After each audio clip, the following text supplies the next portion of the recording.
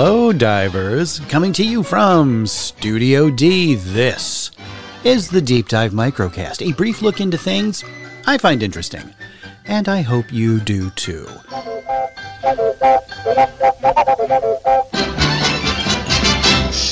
I'm Tom Feeney, raconteur, master of Tai Chi, drinker of chai tea, and writer for Wings Chop Movie Magazine.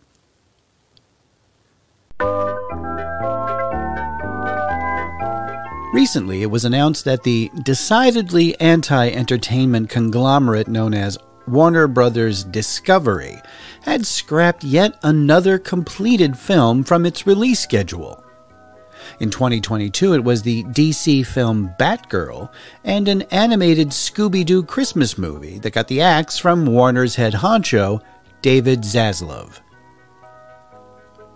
The movie is Coyote vs. ACME, and was based on, of all things, a satirical article that appeared in a 1990 New Yorker magazine.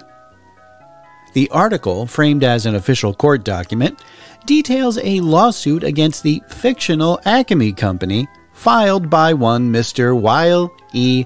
Coyote, super genius.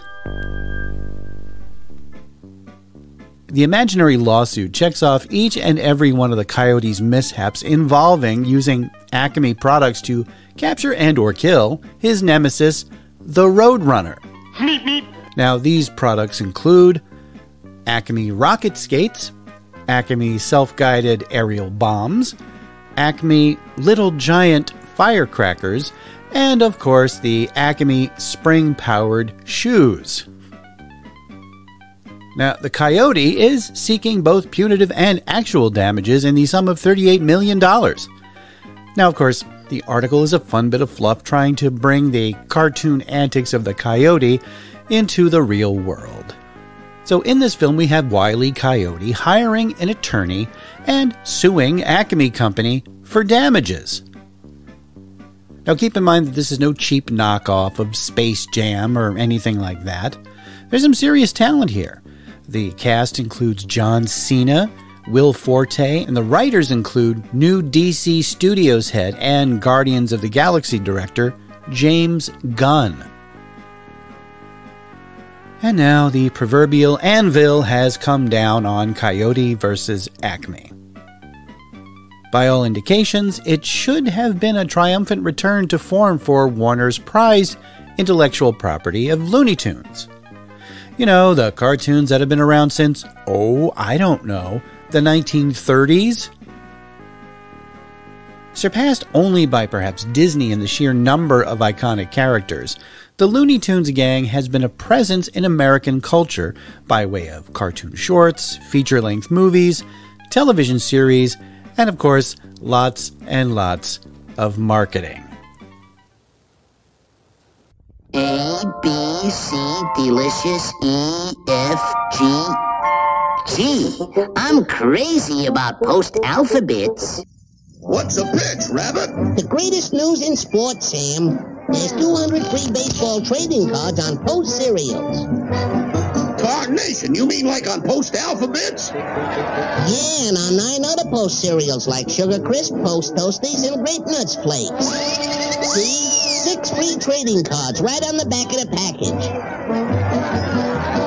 Hey, this here one's Mickey Mantle. Right, Doc. You get 200 different top baseball stars in color. Kids, these cards are fun to trade and keep. They've even got every player's batting record.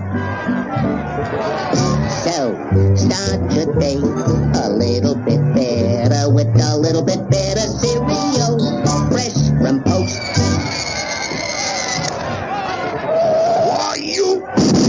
Kids, get your free baseball trading cards with Post cereals. I'm bugs about them. Hurry, folks. Step right up, shoot a duck, and win a jar of natural orange flavor Tang. It's the new improved Tang that tastes better than ever. Boy, I like instant Tang, but I hate the idea of shooting a relative. Just shoot one little duck, and get this big jar of Tang. Tang? Goodbye, Auntie. You missed, but you can't miss with Tang. And if you really want Tang at its best, make up a pitcher full and cool it off in the refrigerator overnight. Great for breakfast or any thirsty old time. Just gutter in some of that Tang. Okay, Aunt Duck, hold still. Why, you miserable Tangster. Now wait, I was just kidding. March. Step right up, folks. Hit the rabbit and win a big jar of Tang. Yeah, it's a living, but I get all the Tang I want. I hope you do too. Characters like Bugs Bunny, Porky Pig, Daffy Duck, and yes, even the somewhat problematic Speedy Gonzales have shaped the comic sensibilities of generations of unsupervised children and adults alike. So, can anyone please tell me why Warner spent $70 million to make a live-action/animated movie, one that, by the way, got very good audience test scores, and decided to just not release it at all? And all this after Warner scored its biggest hit movie ever with Barbie and its $1.4 billion at the box office. So apparently the brainiacs at the top didn't think Coyote vs. ACME was worth trying to either release theatrically or even put it on their Max streaming service. So in a moment of monumental stupidity, Warner's took a tax write-off of $30 million on the film. On November 9th, the studio released a total BS statement to the press. With the relaunch of Warner Brothers Pictures Animation in June, the studio has shifted its global strategy to focus on theatrical releases, said a Warner Brothers spokesperson. With this new direction, we have made the difficult decision not to move forward with Coyote vs. ACME. We have tremendous respect for the filmmakers, casts, and crew, and are grateful for their contributions to the film. Oh, how nice of them.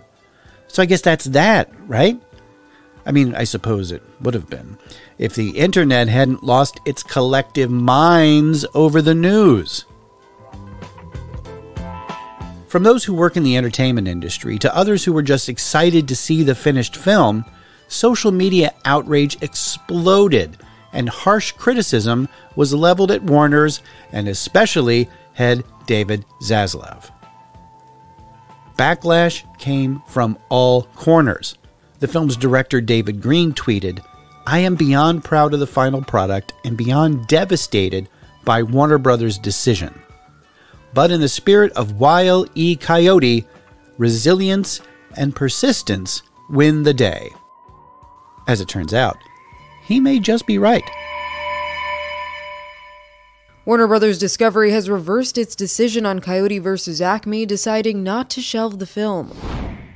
The studio will now allow director Dave Green to shop his live-action and animated hybrid movie starring John Cena to other potential buyers instead of shelving the project for a tax write-off. The move comes days after The Hollywood Reporter broke the news that the project would become Warner's third already shot film to get shelved after previously nixing nearly completed projects Batgirl and Scoob Holiday Haunt in August of 2022.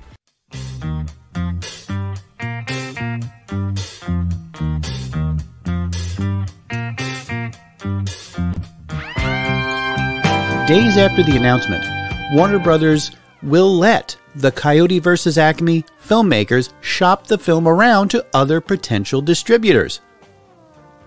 Apparently, the outcry made its way from social media to the boardroom at Warner's. And according to industry sources, there were some heated exchanges between the studio and legal counsel representing both the stars and the filmmakers. So right now, the film is being shown to several streamers, including Netflix, Amazon Prime Video, and Apple. The right bidder may bring this film to audiences after all. But that might not be Warner's only problem concerning Coyote vs. ACME. They have a real legal issue looming above them. Members of Congress are calling for an FTC and Justice Department investigation into Warner's practice of scrapping movies for a tax write-off, calling the practice predatory and anti-competitive. Maybe we'll even get to see Wile E. Coyote take the stand in a congressional hearing. I'd pay to see that in the theater. Hopefully this fiasco will accomplish two things. First, getting Coyote vs. ACME out there where fans, both old and new, can enjoy it.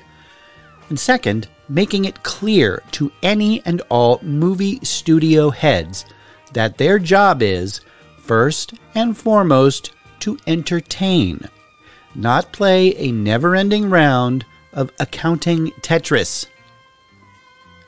As one Walter Elias Disney once said, quote, "I don't make pictures just to make money. I make money to make more pictures," end quote.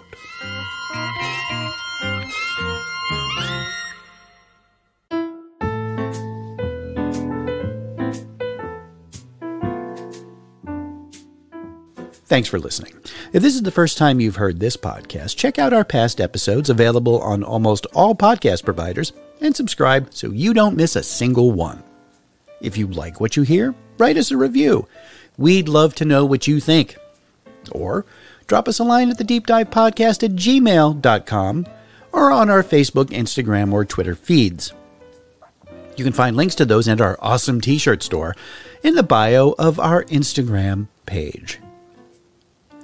All clips used in this podcast are meant for educational purposes only and not to infringe on existing copyrights. The Deep Dive Microcast is part of the Deep Dive Podcast family and a production of Automaton Studios.